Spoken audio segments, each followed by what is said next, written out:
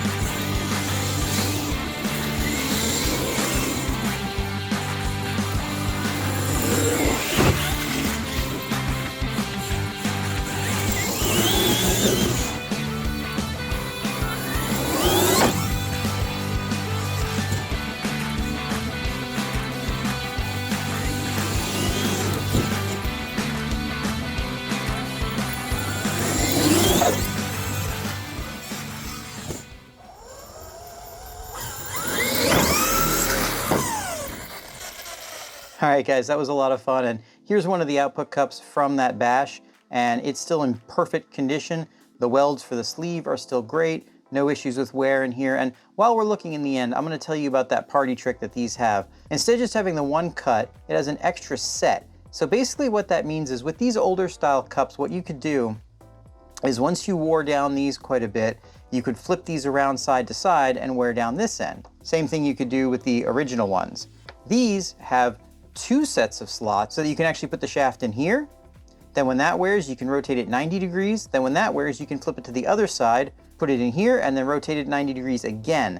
That means that these have basically twice as much wear surface as the stock ones or as the original Vitavon ones. That means you're going to get at least twice as much life out of these, which I think is a really great design.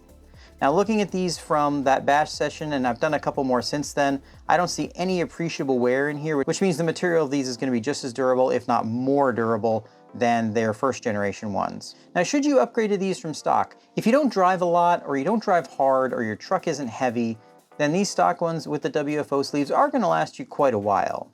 But if you drive a lot and you're gonna be putting a lot of wear on your truck, I think getting these makes more sense than buying the WFO sleeves. Yes, they're more expensive up front, but you're gonna buy them once and you're gonna have them for a really long time. All right, guys, that's all I have for this video. I think these are really nice. They're very well made, holding up great for me, and I think they'll hold up great for you too. We'll see you in the next one. Thanks.